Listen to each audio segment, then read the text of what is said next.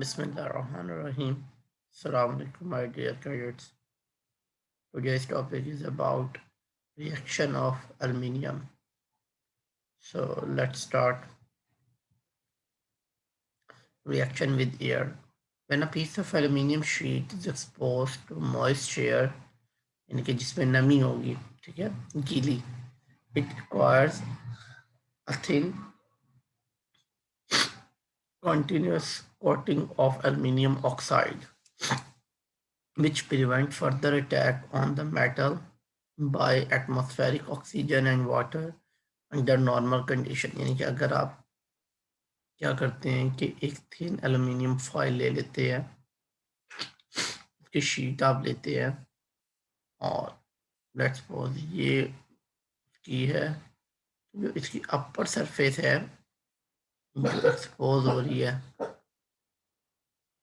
इसके साथ moist air में मौजूद वाटर और जो ऑक्सीजन है वो रिएक्शन करेगी और यहाँ पे एक लेयर बना देगी, कोटिंग बना देगी, जो कि मज़ीद नीचे वाली लेयर को नुकसान नहीं पहुंचाएगी, क्योंकि ये उसके ऊपर कवरिंग होगी। जैसे पेंट की कोटिंग होती है, इसी तरह ये इसके ऊपर एक कवर कर देगी, जिसकी वजह से जो एल्युमिनियम की नीचे वाली लेयर्स हैं वो बच जाएंगी।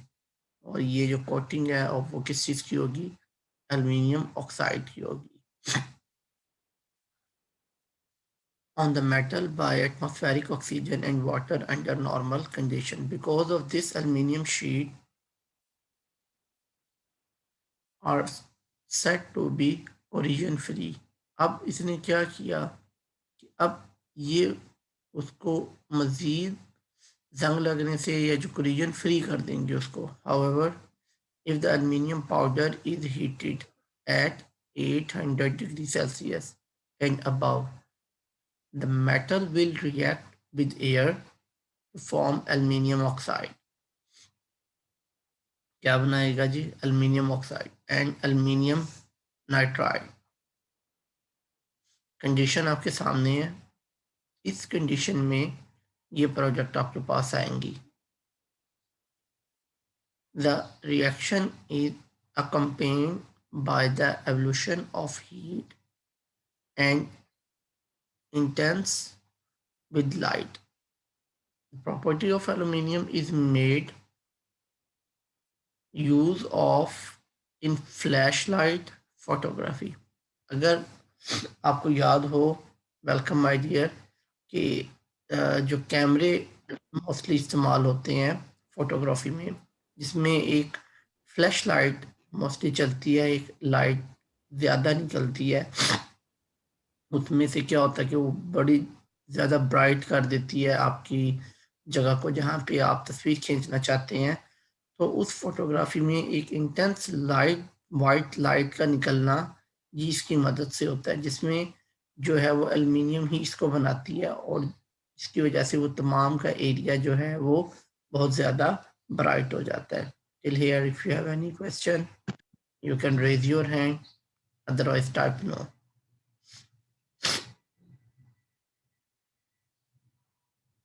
ये इसकी इक्वेशन लिखी हुई है।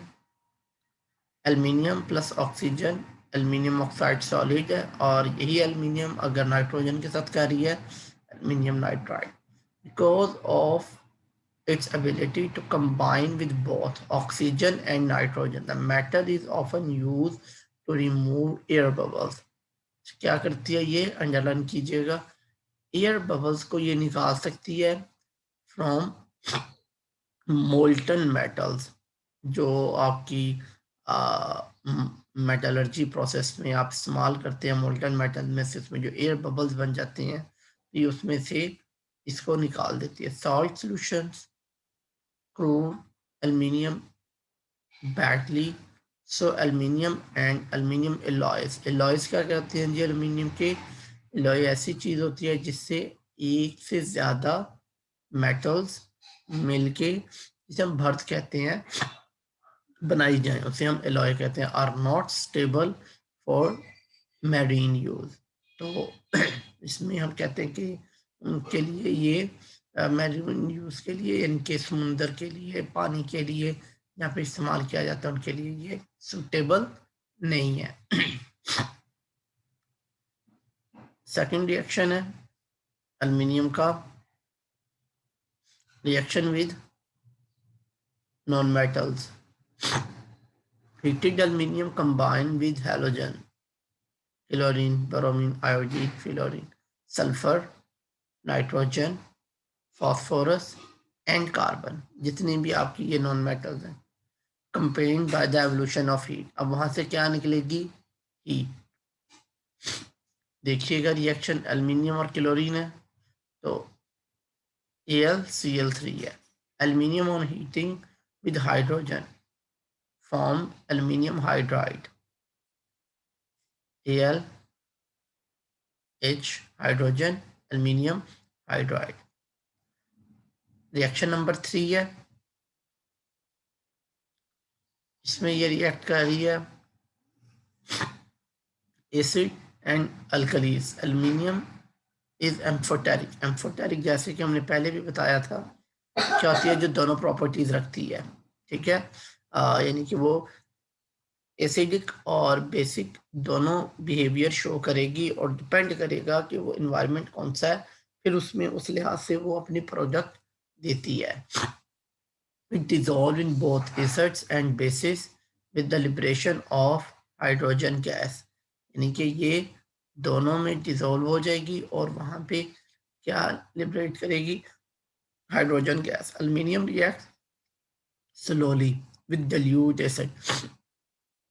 अगर आपका एसिड क्या है? dilute है, जैसे कि हमने कल भी बात की थी concentrated और dilute solution की, and more readily with concentrated hydrochloric acid.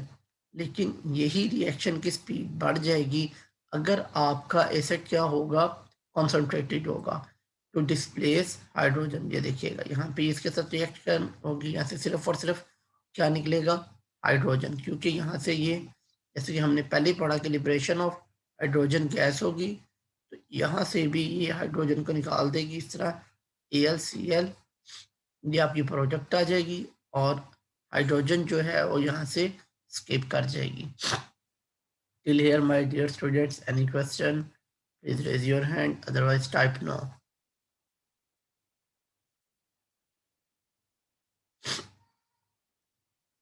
Everyone? Okay, thank you very much. Aluminium does not react with dilute sulfuric acid।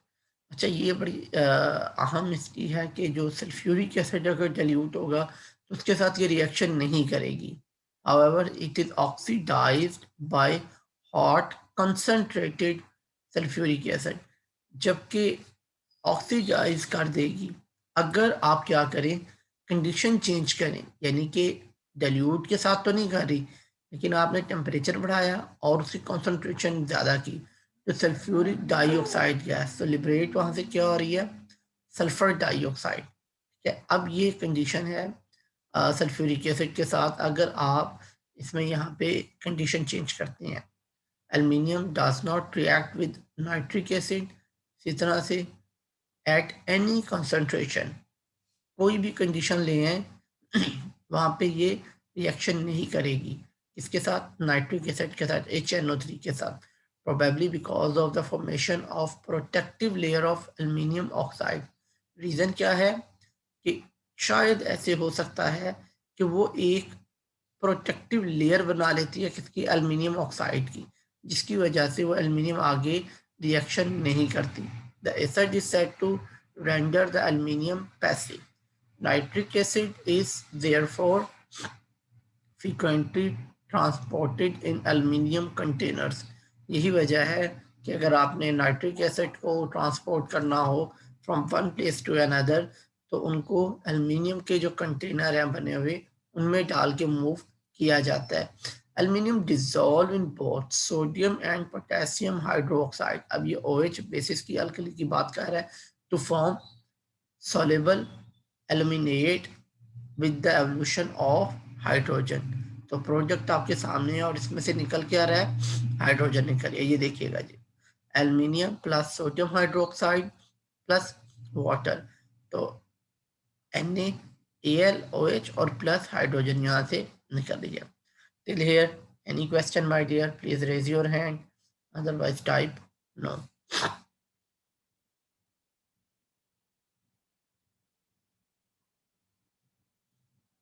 Everyone, quickly.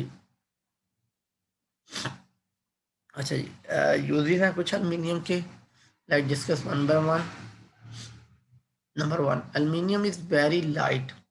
क्या बता रहा है? बहुत ही हल्की होती है. ठीक है.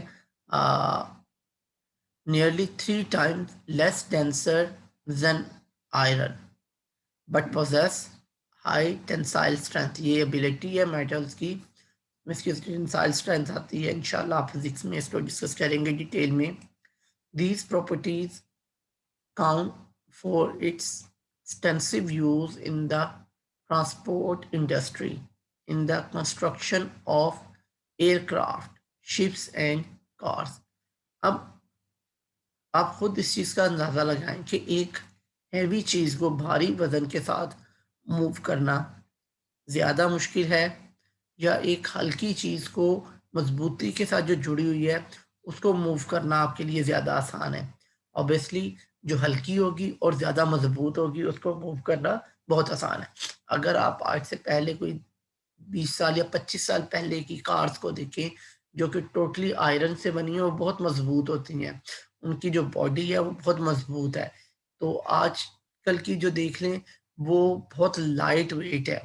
स्ट्रेंथ ऑलमोस्ट वैसे नहीं होगी लेकिन उनका वजन कम है. लेकिन जो पहले वाली हैं उनका वजन बहुत ज़्यादा है. इसी तरह जितने भी आपके शिप्स हैं, कार्स हैं, एयरक्राफ्ट हैं, उनमें ज़्यादातर जो अब जो पार्ट्स हैं उनके वो किस चीज़ से बने हुए हैं? एल्युमिनियम के बने हुए हैं. जैसे आप भी अपने घरों में देखते हैं कि जो खिड़कियां हैं लोग वो सिल्वर की, एल्युमिनियम की बना रहे हैं. ठीक है, लोहे की नहीं बना रहे. लाइट वेट और उनकी शाइन की वजह से और उनकी जैसे वो आयरन को जंग लग जाता है और एल्युमिनियम जो इस तरह से इस चीज़ से दूर है उसके लिए भी ये बहुत कारआमद है. So that is the first use of aluminium. It is excellent conductor of both electricity and heat. Obviously जो कंडक्टर होगा वो दोनों को कंडक्ट करेगा. Thus it is used as heat exchanger in chemical, oil and other industry. तो अगर आपने heat को ट्रांसफर करना है, एक्सचेंज करना है केमिकल्स में, ऑयल्स में, तो यहाँ पे भी ये आपको मदद देगी. Heavy duty electrical cables are made of aluminium metal, जिनमें आप बहुत ज़्यादा इलेक्ट्रिकल हैवी ड्यूटी के साथ करवाते हैं. वो किस चीज़ की बनी हुई है माय डियर कैडेट्स? एल्युमिनियम की. Aluminium is an excellent reflector, यानी कि आप देखें कि वो रिफ्लेक्ट कर रहा है रेडिएंट ऑफ एनर्जी को. For this reason it is commonly use to insulate by buildings. Aluminium foil is also used to jam radars. अगर आप रडार्स को जैम करना चाहते हैं कि वो सिग्नल्स वगैरह ना पकड़े क्योंकि ये रिफ्लेक्ट करता है रेडिएशंस को जो एनर्जी की आती हैं, तो उससे बनी हुई फॉइल्स को एल्युमिनियम से उनको अगर आप लगाएंगे तो वो वहाँ से जो रेज हैं एनर्जी की या रेडिएशन है उनको नहीं जाने देगा, जिसकी वजह से आपका जो रेडार होगा वो काम करना छोड़ देगा. It is non magnetic. अच्छा ये बहुत बड़ी चीज़ है जी. इनकी इतनी तमाम मेटल्स की प्रॉपर्टीज रखने के बावजूद भी ये क्या करेगा? मैग्नेटिक नहीं है, मैग्नेट से अट्रैक्ट नहीं होगा and is just use to navigational equipment. और इसीलिए इसको आप इस्तेमाल कर सकते हैं किसमें? नेविगेशनल इक्विपमेंट में. It is good reducing agent. Underline कीजिएगा, रिड्यूसिंग एजेंट के बेहतरीन है. Can this be used for the purpose in the chemical and steel industry. यही वजह है इसको फिर कहाँ पे इस्तेमाल किया गया है? केमिकल और स्टील इंडस्ट्री में. Till here if you have any question in first these 5 points you can raise your hand, otherwise type no. Okay, thank you Siptan. अच्छा जी, पॉइंट नंबर 6 पे आते हैं. It is non toxic. क्या मतलब है? यानी कि इसका किसी किस्म का कोई मुज़र असरात नहीं है. यानी कि होता है जैसे कुछ मेटल्स जो हैं अगर वो आपको लग जाए तो उनका बैड इफेक्ट्स आते हैं। तो ये नॉन टॉक्सिक है and can be use for making food and beverage equipment and packaging. आपने अक्सर देखा होगा कि जैसे कुछ फूड कंटेनर होते हैं या कुछ ऐसी एल्युमिनियम की फॉइल में लिपटे हुए पैकिंग की चीज़ें होती हैं फूड में, तो उनकी जो इनर पार्ट है वो किससे बनी होती है? एल्युमिनियम से, चमकदार होती है। क्यों? क्योंकि नॉन टॉक्सिक है। तो इस तरह से जितने भी आप फूड या बेवरेज जिसमें आपको ड्रिंक्स वगैरह होती हैं, उनकी इनर लेयर मोस्टली, और या जैसे ये टिन पैक है पेप्सी का या कोक का, अगर आप उसको अंदर वाली साइड से देखें तो वो एल्युमिनियम कोटिंग होती है उसके ऊपर, यानी कि वो आपको नुकसान नहीं पहुंचाता। Aluminium readily form alloys. Alloys जैसे मैंने पहले बताया भरत, दो या दो से ज्यादा जो आपकी मेटल्स हैं उनसे मिलके बनने वाली जो मेटल होगी उसको हम एलॉय बोलेंगे, with other metals like copper, magnesium, निकल एंड जिंक, इनके साथ। तो ये क्या बनाएंगी? एलॉयज बनाएंगी। At home aluminium is used in the form of cooking utensil, वो जो आपके बर्तन वगैरह होते हैं, चम्मच हो गए, ठीक है, कुछ इस तरह की, वो फोक है, स्पून है, उस तरह की ये चीज़ें बनाते हैं। जैसे मैंने अभी बताया था विंडो फ्रेम, जो खिड़कियों के जो फ्रेम होते हैं जिसमें आप वो लगाते हैं, and also in kitchen foil, तो ये ख़ास किस्म की फॉइल जिसे हम किचन फॉइल कहते हैं उसमें भी ये इस्तेमाल होती है। Aluminium is used for making petrol tank, milk storage tank, जिसमें आप पेट्रोल को और मिल्क को स्टोर कर सकते हैं, because it reflects heat and prevent from of being over heated in the sun. Reason क्या है कि ये रिफ्लेक्ट करेगी हीट को और उसको मज़ीद गर्म होने से रोकेगी, जो सूरज की शुआएं उसके ऊपर पड़ती हैं उनसे।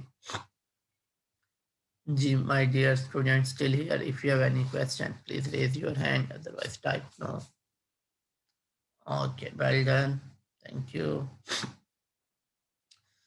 अच्छा जी, आगे थोड़ा सा इंट्रो देखते हैं हम ग्रुप 4A एलिमेंट्स का।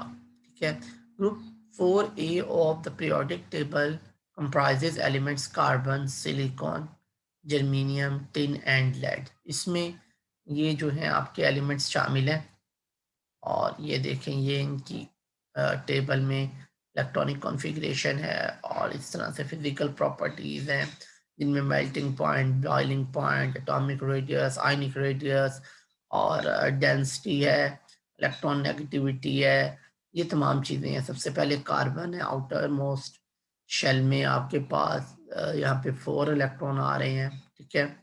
इतना सिलिकॉन है, तमाम का जो है outer most shell half fill है, यानी कि 4 इलेक्ट्रॉन में है। There is a mark change of property from carbon to lead. अगर आप मूव करते हैं कार्बन से लेड तक तो बहुत ज़्यादा वेरिएशन आएंगी, बहुत ज़्यादा चेंजिंग्स आएंगे with in the group. This graduation is of such nature, however, that there are very few similarities between the stream member. Thus, carbon and lead differ very considerably. For more, for example, तो ये यहाँ पे कुछ दिए हुए हैं इनकी variation के लिहाज से। Then do lithium and cesium in group first A. The electronic configuration of 4A group elements along with their physical properties are given in this table. तो ये इस टेबल में बताया गया इनकी कुछ फिजिकल और केमिकल प्रॉपर्टीज को। इंशाल्लाह कल हम दोबारा यहीं से स्टार्ट करेंगे। So till here if you have any question can raise your hand.